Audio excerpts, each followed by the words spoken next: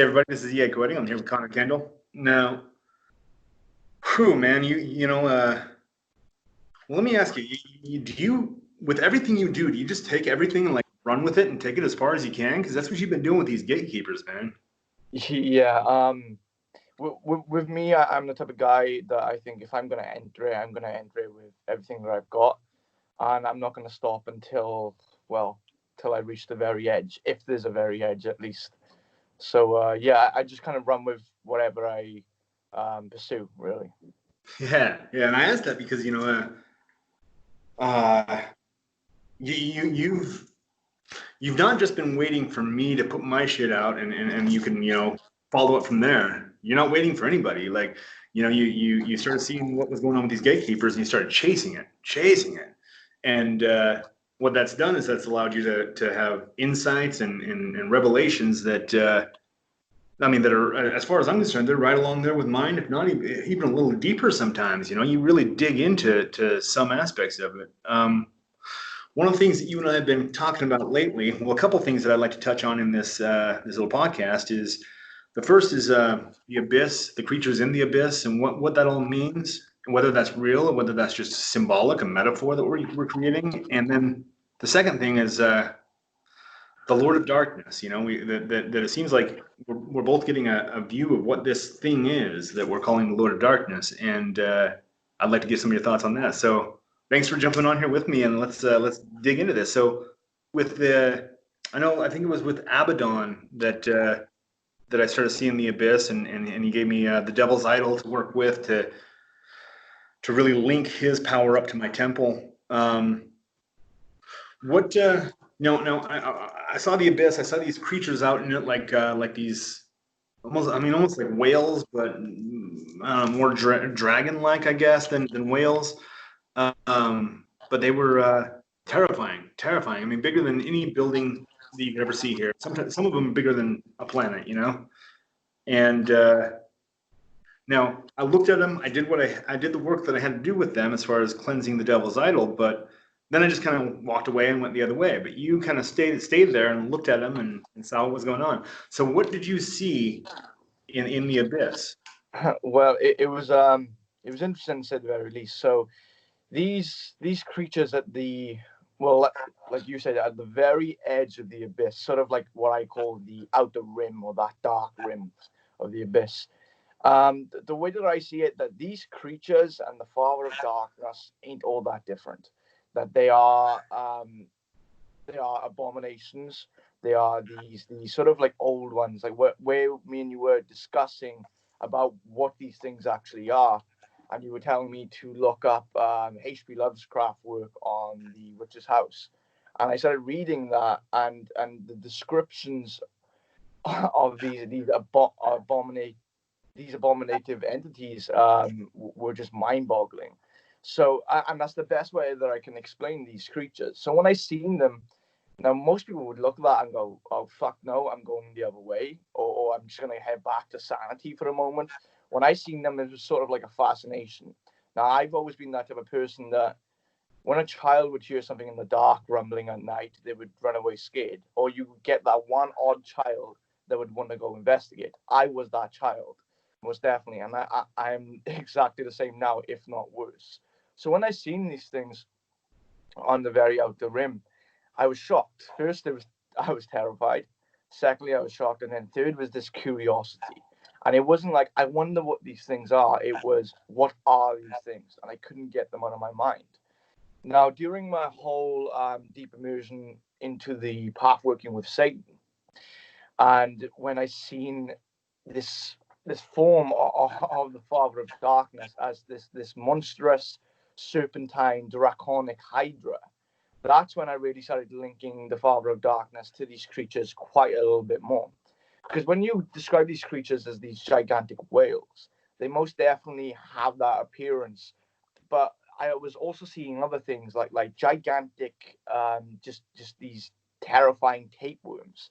Just these tapeworms with gnashing teeth, and these whales and these serpents, and so I got really drawn to them, and I started doing channelings in one of my journals here, and I am pretty sure I sent you the photograph of channeling the imagery of the Father of Darkness in his hydra form. And me and you were discussing that, how it seems like these various heads are kind of crossing through various dimensions, yet its body, yet its form is rooted in somewhere that we cannot just perceive yet. So I was really fascinated by these entities. They seem like sort of like these monstrous, hungry beasts, and the Father of Darkness, Satalas, is somehow one of these beasts that have breached that outer rim. They've breached that edge, and they're here, and he sort of breached that veil for whatever reason. And now that I've done my work with the Father of Darkness, and I'm continuing to do that work, because this isn't just a one and done thing once you've walked all the 9 gates, as you are well aware. Now I'm like, okay, so what are these other beasts that are lurking out there, that are on the periphery of that outer rim? And that's where it all started for me. It was just delving in deeper than most people are care to go, really. Yeah. Oh wow. So with these hydra beings, you're right. They're it's almost like, I want to say that they have necks, long necks that stretch into all these different dimensions, but it's not even a neck. Like, it's like they're connected to their body through, I don't know, some sort of coil-like energy that connects them. Now, the impression that I had gotten when I threw the soul that was in the skull that I used for the Devil's Idol, when I threw that in the abyss, it was like hungry sharks just jumping all over it. That kind of left me with the impression that these are not necessarily the highest intelligent of entities. But it seems like, I mean, obviously the Father of Darkness is extraordinarily intelligent. So do you think that he maybe began as one of these and evolved, or what? From what I can understand, it's almost as if, so looking at these as a species, that's what I like to do. I don't like to just look at them as spirits, but as a species in general. He sort of seems to be high up on the evolutionary chain than the rest of them. And the way that I'm kind of thinking of it is, well, if there are these monstrous, hungry beings, and everything is in this constant state of evolution, then one of these monstrous beings had the potential to evolve and somehow breach that veil. And I'm believing that the rest of them are starting to wake up too, that these other beings are also starting to try and follow suit. I mean, and since Satalas had broke through that veil, had come through, I mean, we're seeing dramatic changes in the world as we know it. And I got a feeling that when these type of beings do break through, that you do have these massive changes in general. I mean, it's like years ago when people used to say, don't leave a candle lit, otherwise the old ones will return. Whenever you do these rituals, close the gateways, otherwise outer darkness will converge upon the face of the earth. It does generally seem like that there were certain sections in ancient times that were sort of aware of these beings. Maybe they didn't give them names, and they were trying their very best to make sure that these things don't breach the veil. Although it seems that they're getting closer and closer by the moment. So then, do you mean by that? You mean that the abyss itself is getting closer, or these beings are getting closer to the inner edge of it? I think that these beings are getting closer to the inner edge of it. I mean, the way that I see it is with most of these entities. I mean, I like to call them. I like to look at them as sort of like exiled monstrous gods. So you have these gods that exist here, and some of them in our existence are pretty bad and are pretty good, but to take those titles away in general. These monstrous gods that are on the end, these seem like the ones that were too ferocious, that were too monstrous, and just like the Leviathans, that you have mythologies where the Leviathans were locked up out of the world, and they were hidden because these beings would just flatten the entire evolutionary chain. And these beasts seem exactly the same, but now they've matured in whatever prison they've been exiled to. They're starting to gain that intelligence, like the Father of Darkness, like that dark mind, and now they're breaching through. But just a little on the whole necks and the whole thing of the form of the Father of Darkness. So I just wanted to show this here. I don't know if you can see that. So that's pretty rough. Right, as you can see, like you said, you have the various heads and the various necks, and they're not just it's not just like a body with like various heads just sticking out. They're going in multiple dimensions, and each head of the Father of Darkness is entirely different too.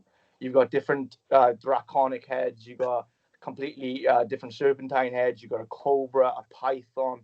You got things on here that I haven't even got a name for really, and I can't really even describe. So these beings are extremely interesting.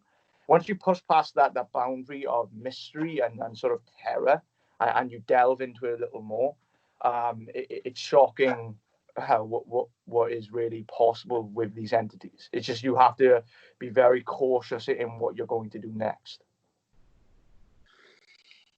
Whew, yeah, yeah. Well, so let's talk about that for a second. So what obviously, you know, the warnings have been there through multiple grimoires and as far back as we can see. And so I wonder, what when you say we have to be careful about what we do next, what would be be things to put in your attention on? Well, when I say careful, right? So I'm sort of contradicting myself here. So when I say be careful and approach with caution, think about your life right now, and then if you like it the way it is, I suggest you don't even enter into this because I mean, you've seen yourself, we've all seen ourselves, the work with the Father of Darkness and the 9 demonic gatekeepers had such a drastic change of how our lives were and how our lives are now. So if you're going to dive into the dark, murky waters of all these beasts in general, your life could be turned upside down, turned inside out. And it probably will. It probably will. What I'm in the middle of now is understanding what they are, if there are any benefits to working with such beasts. All I understand so far is they're extremely hungry. And what I mean by that is almost every single one of them that I've approached so far, there seems to be this hunger, this constant need for an offering of something that they can devour. And that's what I think working with these beings would be like. It would be a sort of very sacrificial form of magic. How the lowers are worked with and how these entities are worked with is a constant giving, a constant feeding process. That's how these entities sort of approach man in general. So, to kind of bring the viewers who may not have read the Grimoire of Abaddon or the Compendium of Abaddon, I've got a skull behind me that's a human skull, and it was gifted to me and whatever. It's perfectly legal to have in the U.S., but I took that and discovered the person that used to be inside of that skull, and took that to there's a whole ritual in the Grimoire of Abaddon that discusses this as far as basically rewinding time until you find yourself before time. And really that's just a head trick because you're not going anywhere in time. Actually, time doesn't exist. You're just stepping out of it. And then you find yourself at the abyss, the primordial abyss, and then through the ritual you take the soul and any remnants out of it and throw it into the abyss as if that person had never existed. Now, and that seemed and that worked crazy. I mean, crazy well. And it was like throwing a little tiny fish into a tank of sharks, and they were just all over it. But I wonder what else or how else could you offer things to them? Like, I mean, you say it's sacrificial, and I get the feeling that a chicken sacrifice isn't what they're looking for. That they need an evolved organism. Yeah, yeah. So as far as I can understand with these entities now, there was a show that I watched a couple of years ago on Netflix, and they had something in that which kind of reminded me of this. And there's a whole story in this one show about something called the Hollow, and that this creature, the Hollow, is known to promise power and absolute invulnerability to its followers, and whoever follows it has to constantly feed this thing. And it shows this one male witch, and he is constantly feeding chickens. It's funny you mentioned chickens because he's constantly sacrificing chickens to this thing.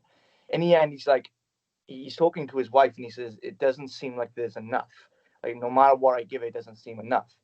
And his wife goes up to a bird, and this is their favorite pet, And she says, isn't a true sacrifice of something that you hold dear, something you hold close to you? And she takes this bird and she sacrifices the bird to it. And out of like 20 or 60 chickens that were sacrificed, all that blood, this one sacrifice just was completely different in general. It fed this creature, this being, a lot more. And I think that the term sacrifice is thrown around a lot recently. People think of sacrifice as just leaving out food or stuff like that. You have different categories of what sacrifices and offerings really are. So I'm not entirely sure of what these creatures are wanting. Maybe it's all the same thing. Maybe it's individualized between them. But I would be lying if I knew exactly what they wanted, because I am just now in the running of what this actually is. You know, one of the things that comes to my mind right away, it keeps popping up, is when I did the deal for the Devil's Idol, I was just trying to get rid of that soul and clear the idol, and so I just tossed it into the abyss, just like throwing a little fish in a pond or something. But I wonder if this could be used to attract one specific of these hydras and get them to that you're not feeding all of them. You're only feeding one specific, and you do it for an exchange of some sort. Hmm. Well, it's funny where you mentioned the Devil's Idol ritual. Now I done that as well. As you well know, we spoke about this a couple of months ago. And when I done this ritual, this Devil Idols ritual, I had the Devil's Idol set up on the altar, and I was just gazing into it, and I was kind of reminiscing about what actually happened with that soul that was thrown into outer darkness, and his beast converged on it. It was almost as if that was the trigger inside of me that kind of sparked this curiosity in the first place. But the way that I thought about that was when I got to the very edge of that outer rim and I was looking at these beasts, they were coming towards me as if they wanted to devour me, which is extremely worrying because you're trying to approach these things and work with them, and they're looking at you like you're eye candy, like you're just merely a piece of the plate. And I was thinking, and I'm even getting that now, even still being plugged into that dark mind, the mind of Lucifuge, that there will probably be a point where I have to go through what's known as that death and rebirth. And as you'll notice that with any single deep magical system or path working, there is always a death and a rebirth. And what I'm kind of getting right now, even as we're talking about this imagery in my head, is that I will have to be that sacrifice, that one who is devoured, but then whatever has been sacrificed and has been devoured by these beasts, something new is in its place. And whatever that is the thing that's going to be diving into this great work.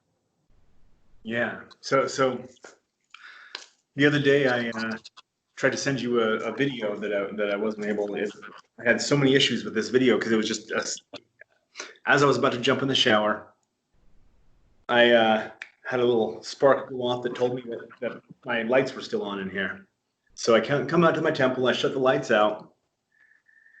Now I've got the Devil's Idol behind me. Like I said, it's just a human skull, and it's shattered into a bunch of different pieces. Like mysteriously, as I was replacing it like the skull popped up out of its carriage and hit the ground, shattered into a bunch of pieces. I was like, oh man, that was actually like, I don't normally care if I break things because I break a lot of things. I'm kind of clumsy. I'm always in a rush doing stuff, and I don't care if I break stuff. But that one hit me hard. I was like, wow, whoa. This is the idol that I've been worshiping, and I've been lighting candles at it and giving offerings of incense and food and what he would ask for most was just to light a candle and let that candle burn through the night. So, but he hasn't asked that since that broke. He told me actually when I asked him, I'm like, yo, did I seriously screw up here? What do I have to do? And he says, no, you have to become the idol of your own worship. I was like, oh, okay, cool, wow, all right. So his voice came out for the first time since the idol broke. But it wasn't his voice. It was a lot weaker and I'm really faint. But he said, "Can you light a candle for me?" And I thought, "Yeah, sure. for old time's sake, why not? So I go to light a candle, and there was something that was, I light the candle and go, here you go, all right. And then there was a much stronger voice in my head, his voice still, that was laughing. Just, I went, that's not coming from the skull, that's coming from my skull. And I looked in the skull, and I could feel it and see that the person that I used to be is now in that skull. That there was a complete swap that happened. And so I don't know what condition your idol's in, but if it's broken, then that you can be very well be dealing with a similar thing. So that's extremely interesting, man, because so the work that I was doing with the idol, um, it was every single day, like every single day, and I hate getting attached to these idols. I hate getting attached to anything. The reason why is because I used to have a huge table set up. Like I bought this long ass table to just litter it with different things that I loved in my craft, and I would constantly be fixated on these things. And sometimes that's a bad thing, because like if you're out or about and you need to do a ritual, you feel like, I wish I had that. I wish I still had that with me. And the entities that I was working with at the time, during that time in my life, were like, how much has this one thing helped you? And I'm like, it's helped me a lot. And they're like, okay, good, break it. And I'm like, wait, what? They're like, build a fire, go outside, build a fire, get in your circle, and break these things. And you're talking about hundreds and hundreds of pounds worth of stuff. And it's not even the money in it. It's the heart and soul that I funneled into these things. And he's like, yes, now break them. And the minute that I'd done it, it was a bit of sadness at first and a bit of anger. But then after that, it was like, well, I realized that each thing I was burning, each thing I was destroying, is actually in me already. For example, I had this huge spear that I made myself, handmade, and it was a ritual spear, and I had various the demonic glyphs embedded into it, and I painted it, and I did all this great consecration work on it, and I loved this thing. And then when I had to destroy it, the entities that were around me at the time were telling me, this is your spear, like your this hand, your arm, that is your spear, that is your athame, that is your ritual sword, don't worry about it. And each thing I was destroying, they were telling me stuff like that whatever you think you could do with that, you can do it yourself, and that you're getting too caught up on using these things. And the minute that all of them were destroyed, I was instructed on how to use myself to do exactly what those vessels or idols or items were doing. So as far as it breaking, man, it hasn't broken. But what's very strange about the devil's idol in my house is it keeps moving. And so I'll tell my wife, oh, she'll be cleaning it upstairs, and I'll be downstairs, like dealing with a client or something. And I'll go and get it. I'll go to get it, and I'm like, did you move the idol? She's like, no, I haven't moved the idol. And then she'll be like, I'm pretty sure you took it downstairs. And I'm like, no, I didn't take it downstairs. And then it'll be something different, like entirely different. So whether it's making its way to try and break itself, I really don't know. But it's interesting that you had that where the idol was destroyed, and then you're looking at that skull, and you hear the voice of the Father of Darkness in you. Because during my path working with Satan, what I got told was, it's time for the child of darkness to grow up, and the child will have to grow up and one day become a father too. And that hit me. That hit me. It's almost as if, you are becoming sort of like the 10th gatekeeper yourself. And in doing so, you're assuming that form of the Father of Darkness inside of you. And it's interesting, man, to say the very least. Yeah. Oh, yeah. Absolutely. So now, part of the working that I did with Satan was to, call him up as the individual Satan, and then to call all the gatekeepers. And I did this outside of my summoning circle at night, and they all basically mixed together and formed this giant serpent thing giant serpent that came down, and I thought it was going to devour me, but it just came down and just came into me. And um, are the 9 gatekeepers 9 heads of this hydra? Yeah, Yeah, yeah, most definitely. But So, it has more than the 9, it seems.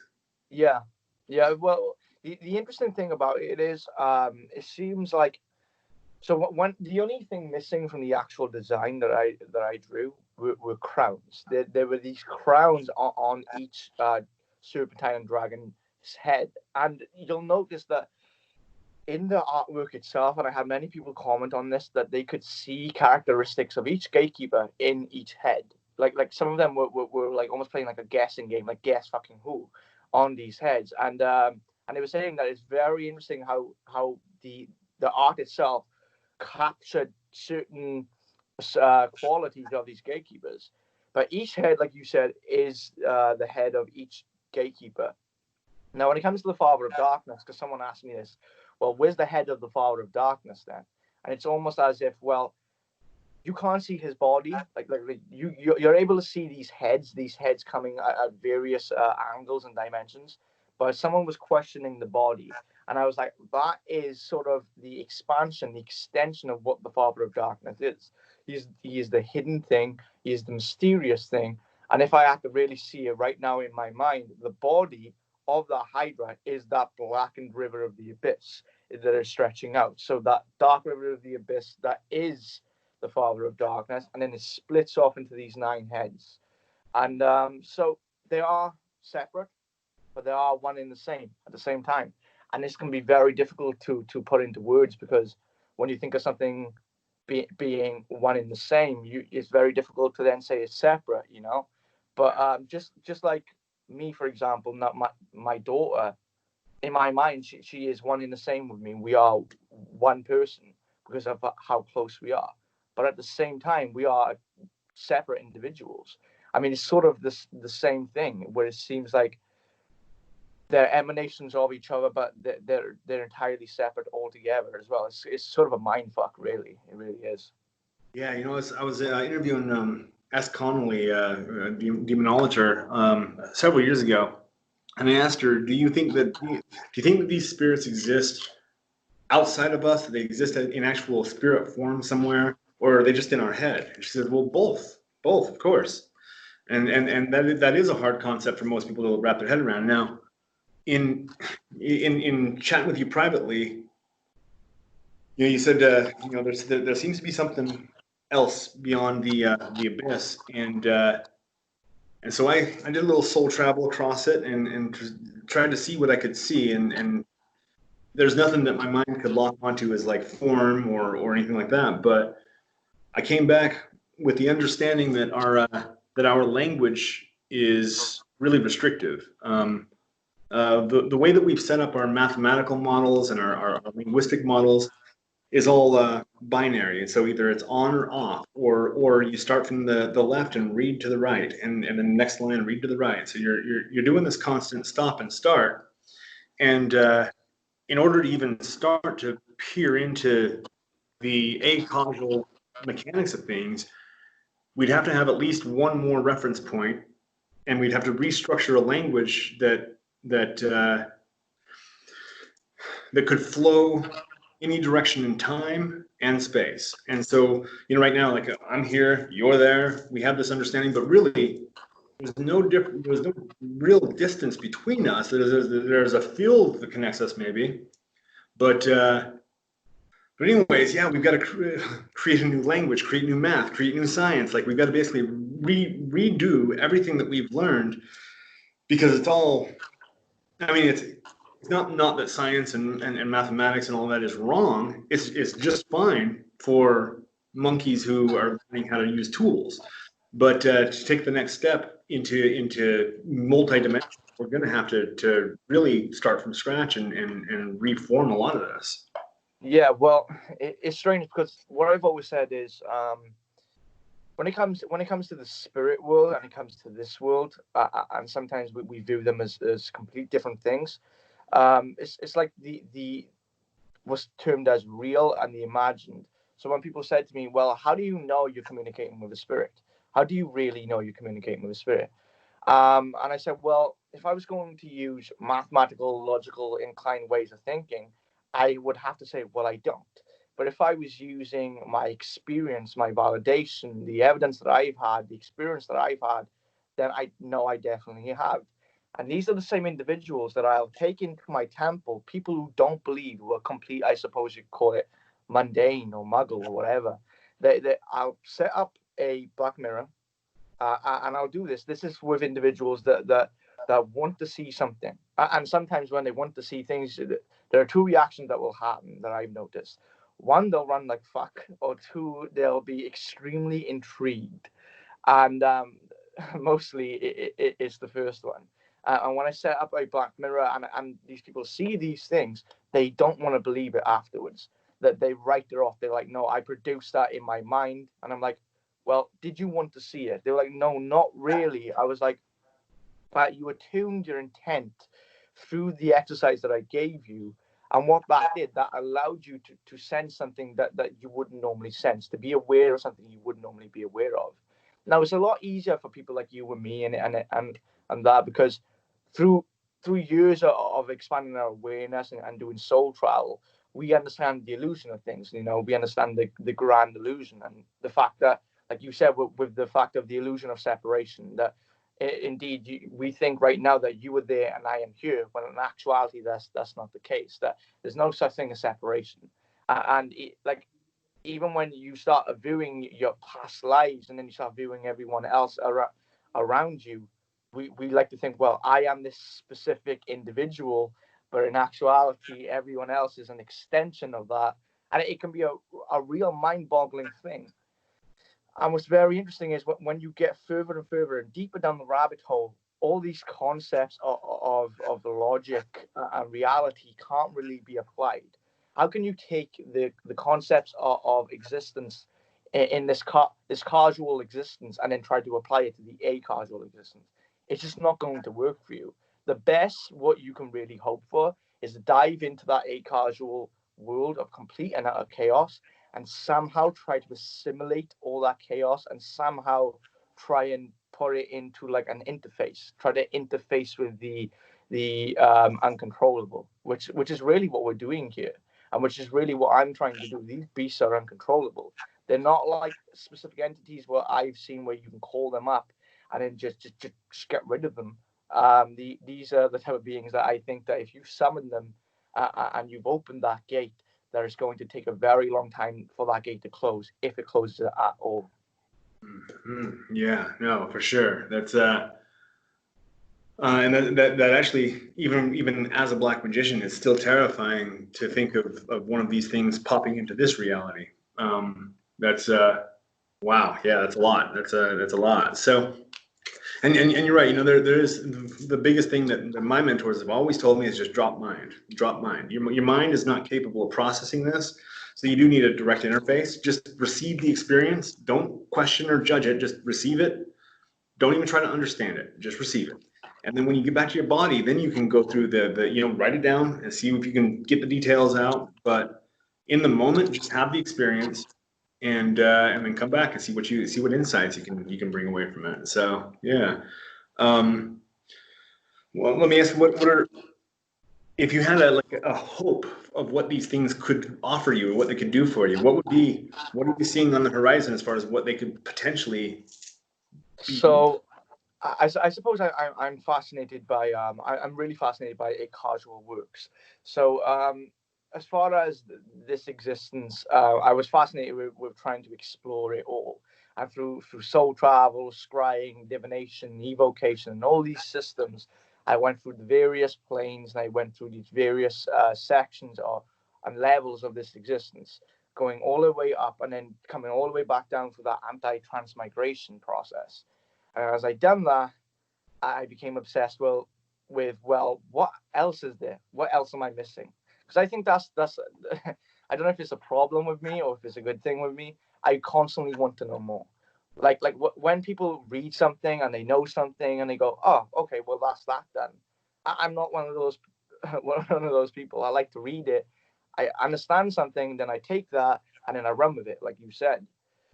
So I suppose what I'm hoping for is to really work with something that's never been worked with before, to understand something that's never been understood before, and to really apply something which has never been applied before. And that's great for me to understand the mystery and take that mystery and kind of bring it back for everyone else, and be like, look, this thing that we considered that was untouchable, that was too dangerous to work with, that was just too volatile. Well, in fact, we can work with it and use a working system in the way we can work with it and how it can benefit you in the process. Now, of course, you're going to have the risks. Any path of true power and any path of true change, there are going to be risks. But if you were too afraid of those risks, then you shouldn't really be dabbling with something like this in the beginning. You shouldn't even be trying to step in something like this in the very beginning. Yeah, no, you're absolutely right. That's when, and you know, I'll have a lot of people that jump on consultations, or even they come out to the boot camp, and they go, they'll ask me, well, what what if I'm still afraid of demons and afraid of hell and afraid of damnation and whatever? I'm like, you know what? Use it. Like, I kind of wish I was more afraid of this stuff, because there's a power that comes with that fear. And especially those kinds of beings, they like the smell of it. You know, they like fear. Yeah, that's it, really, if you can, rather than trying to not be afraid of it, if you naturally are, see if you can just take the leap to go, you know what, I'm gonna be afraid of it, and I'm gonna be as afraid as I can be, but I'm still gonna finish the ritual. That's yeah, yeah. So have you? I mean, 'cause it sounds like at this point you felt out a good deal about what these things are, and you're taking notes. You're obviously sketching out some more art based on them. Um, how close do you think you are to actually getting some results that you might be able to throw out there to the public? Oh man, but you know what? I wish I could. I wish I could jump on here and tell you, well, brother, this is what I'm going to do, and here's around the time frame that I'm going to do it, and this will be available for people soon. But I'm not going to jump on here and bullshit you, man, because I can do that with working with some entities that I've worked with and have a general understanding. But these things are just beyond my what I can really fathom right now. And in order for me to bring anything out, I have to really understand them and I have to really work with them, because I don't want to work with them in a half-hour setting, come back to everyone else and try to rush this, because I'm not in this to bring it to the public quite yet. I'm in this for myself first, and then once I've dove into this to the extent that, well, hopefully the deepest extent I can possibly go, then I can come back and then I can bring it to everyone else. As far as the time frame looks, I really don't know, because, like I said, something like this, it could go various different ways, man. It could go various different ways. I might have to go through quite a lot to really understand what's going on. But on my page, the Infernal Obelisk, the good thing about my page on there is I constantly update my audience on what I'm doing. So like, even I'll just jump on a live stream like out of nowhere. I won't even tell people I'm going on a live stream half the time. I'll get that drive, that instinct. I'll jump on and people will ask me, well, what have you been doing? And I'll kind of go through a lot of what I'm doing at the moment. I'll read parts of my journal, and we'll also just sit down and we'll kind of discuss it and kind of go through it. So while I'm trying to work it out, there are various individuals in my audience that are like, hey, let us help you. Let's jump in. Let's try to decipher this all together. And it's a very interesting concept when you have people like that in your audience. And I've noticed that, like, you've got people like that in your audience, man. I was one of them. I was a part of your audience that would just be watching your videos, going through your works, and now years later, I'm sitting here and we're having these conversations. And many times where you've jumped on to me and said, "There's something I got to figure out. If I can help you, I'll help you," and vice versa. So yeah, I don't know how this is going to look, and I don't know where this is going to go. But I can't test the waters of the abyss. I can't just dip my toe in. I'm just going to have to dive in head first. Yeah, yeah. Well, and you know that. So in my Grimoire of Asmodee for the Asmodee Compendium, I actually I had pre-recorded all the audio that I had then converted into transcript that I was using for the information. I deleted like most of that book that I had already ready, because I looked at it, I read it, and I was like, this is not Asmodeus's. This is something else entirely. Good. It's good for the video course. It's good for what it's good for, but it's not the book. And so I deleted most of it and just started from scratch. And in the introduction, I actually say, the Lord of Darkness is an adversary, and that means he's an adversary of you too. Like if we think that we've made friends with it, and if we're going to be saved from anything, we're joking ourselves, because what we're actually doing is we're going out into the unknowable, and we're saying, take me first. And if there's anything left of me to come back and report, I'll be able to give the people back there a little bit of insight into what they're about to. Because if it grabs us, it is just about to grab everybody else. And yeah. Yeah, it's really funny you said that, because so you get two groups of people when it comes to this spiritually. You'll have the individuals that are completely afraid of these demons and these devils and these adversaries, and they say you shouldn't work with them because they're adversaries, they're out to get you. And then you have the other group of people that go, these devils, these adversaries, these demons, they are my friends. And people ask me, well, who's right and who's wrong? And I say, I say, well, they're both right and they're both wrong simultaneously, because this one group that say they are devils, they are out to get you, they are out to devour you. Yeah, they're right. They're out to come into your life. They're out to cause that chaos. They're out to eat you alive. And then if there's anything else to regurgitate of you, they'll regurgitate that. You rebuild yourself even greater.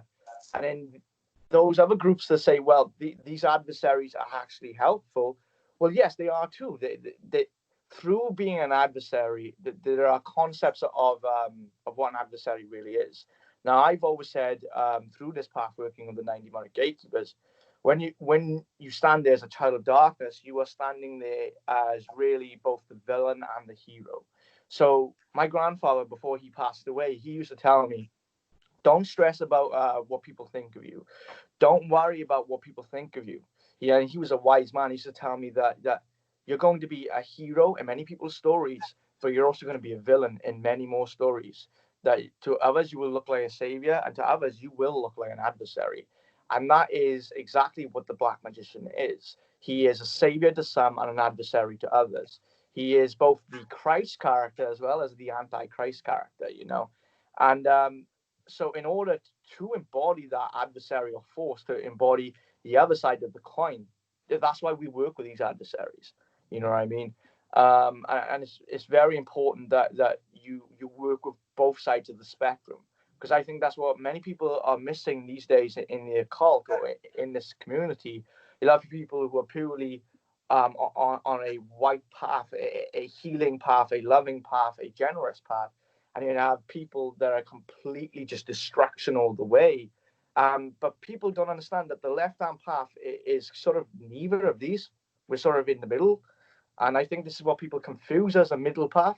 And this path that we're all on, we're basically walking it, and we're saying, I can help people, I can heal people, I can be a loving person, but believe it or not, I can be a formidable force. I don't hurt the people I care about, and we're good. And you can walk both sides of that. And so when you work with these adversaries, yeah, they're going to devour you, they are going to do these things, but it's an important process and it's a part of their nature. And if you can't work with that, then don't work with it. Yeah, no, absolutely. Like you said at the beginning of this, if you can look at your life, and if there's anything in that life that you don't want to lose, like you got to be very careful, because yeah, that's and that there's actually like a freedom, like a liberty that comes with that when you do make that choice. You say, you know what, everything that I am, everything that I have, I put it on the altar. And then when it actually does devour everything, there's actually like a freedom. It's like, oh yes, all that stuff was weighing me down anyways. The people weigh you down like no other. People have all these expectations and whatever. And yeah, let's see. Okay, I've got my daughter still, and that's all I need. That is kind of crazy. So I'll hit you with this last question, and we'll wrap up here. But I'll tune into your Facebook Live a lot, and when you're in a magical mind state, to your casual viewer, it could look very insane. There is a matter of having to go insane for this. This is what one of the things Beelzebub showed me when I was working with him. He said, you've got to get over your fear of other people thinking you're crazy, and then you got to get over your fear of being crazy.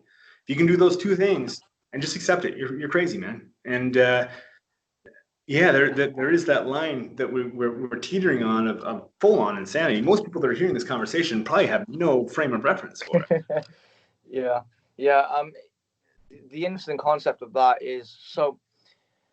I I had a apprentice that I was working with doing a mentorship program, and he lived a couple hours away from me. I believe it was 6 or 7 hours, and he was learning a lot. But in the end, he was like, "Bro, I just have to come down, and we have to do something like a boot camp. You know, we'll have to meet in person." So I said, "Oh, okay, dude. Come over, and we'll hash this thing out." And so I actually buy a separate place for the night and I just empty the entire place. It was like an Airbnb, but I knew the guy who owned it, so I was like, he was like, "What do you want in that place?" I was like, "Empty the entire place." He's like, "What?" I said, I'll just empty the entire place. Don't leave anything except for a mattress in the other room and another mattress in the other room for when we go to sleep. I need this place completely empty." So I go over there.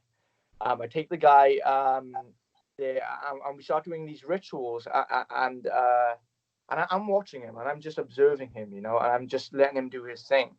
And I said to him, I said, "There's something I've noticed about you." And he goes, "What's that?" I said, "I can see when the trance is about to take you, when these forces around you are about to take you and move you, because there is sort of that rhythm and melody to the trance and the forces around you. To everyone else, it looks like chaos and it feels like chaos in the moment.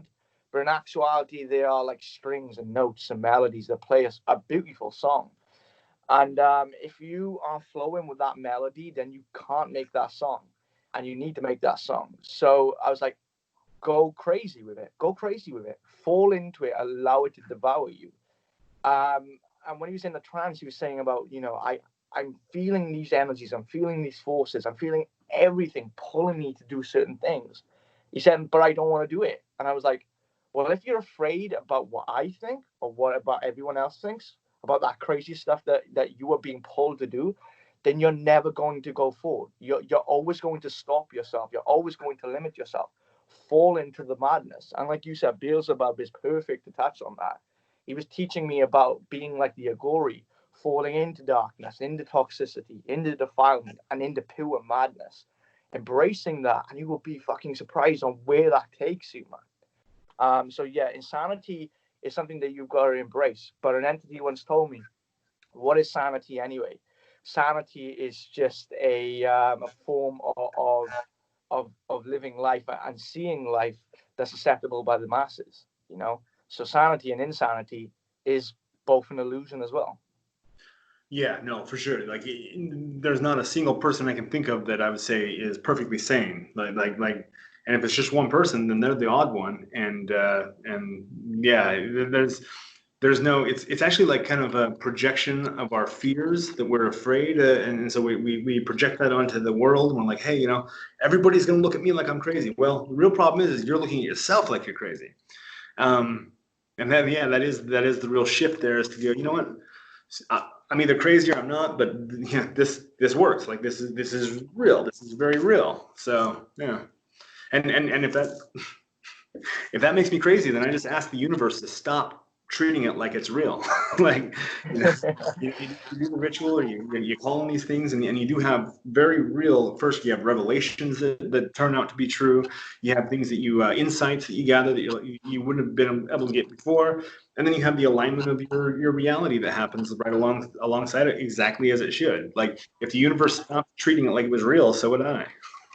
Yeah, yeah, well, definitely. The amount of times that I've dived into a ritual or dived into an operation, and I'm in the middle of it, looking at the stuff that I've channeled, I'm like, "This is fucking insane," This can't be real. It can't. And then when I'm like, "Shut up, drop mind, stop questioning it," and then I go through the operation, and I just don't question anything.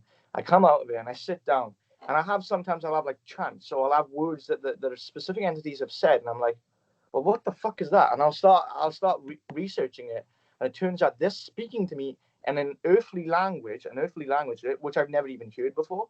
That's mad. And when it is a coherent sentence and it actually matches to what we were talking about at the time, that's validation. When, like you said, when reality starts to align then to things, that's validation. When you start hearing things like, when I hear things about a black star, I was like, "Well, this must be a spiritual construct. This can't be a real thing. It just can't. I've never heard of a black star before." And then Lucifuge, like Abaddon told you, all this stuff is existing in the physical world too. And he's like, no, black stars do exist, dark stars exist. And then I started reading into it, and I was like, oh shit, dark stars do exist too. And you just in over the years, I have got over 100 journals in this house, and in my other house too. And it's just journals upon journals of notes and validations and everything that just vindicates my sanity whilst I'm going through the insane shit. So in the end, I'm like, you know what?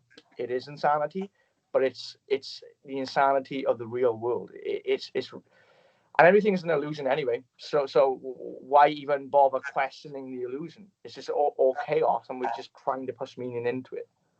Oh, absolutely, yeah. No, that is really when we're looking at this reality and we're only perceiving this with five senses, and it's not.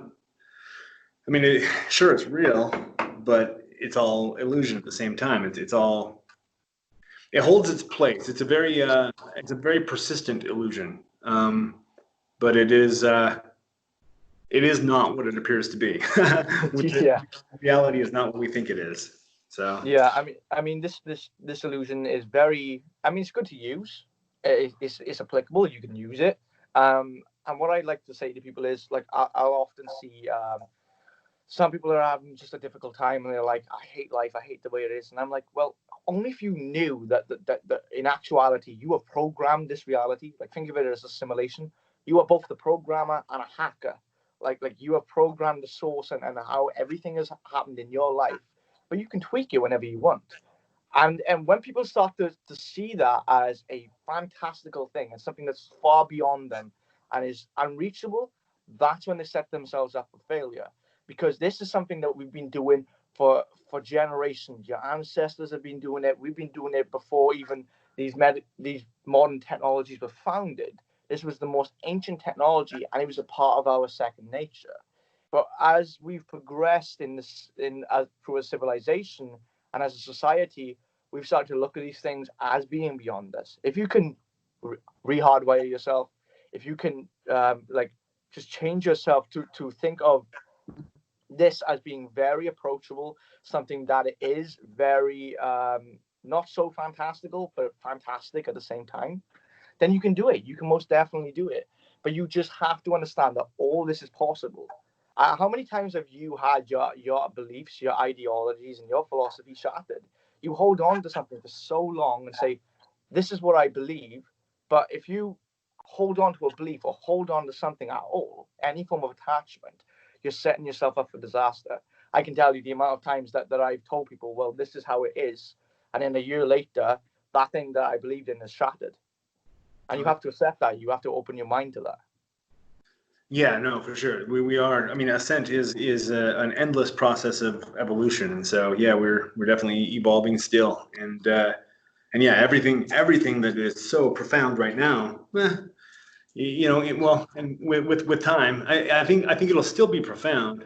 These insights are always, you know, eternally profound, but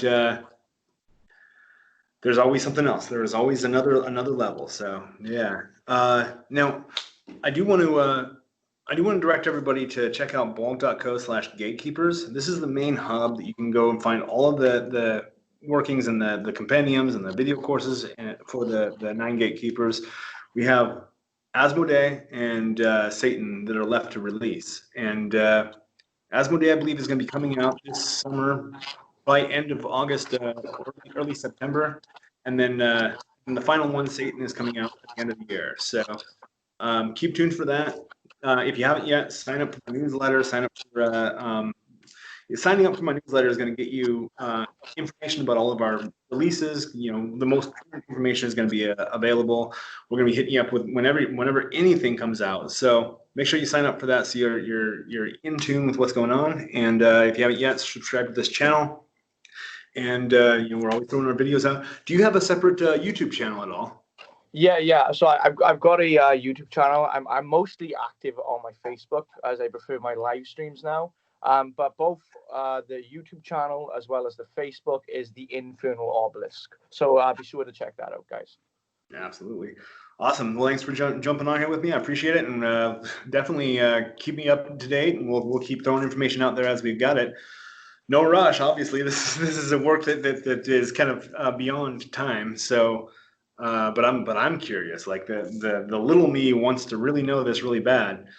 So yeah, no, there's and the little me also doesn't want to jump into the abyss quite so fast. But yeah, Yeah, man. but it's awesome chatting with you, and we'll talk again soon. Yeah, talk again soon, brother.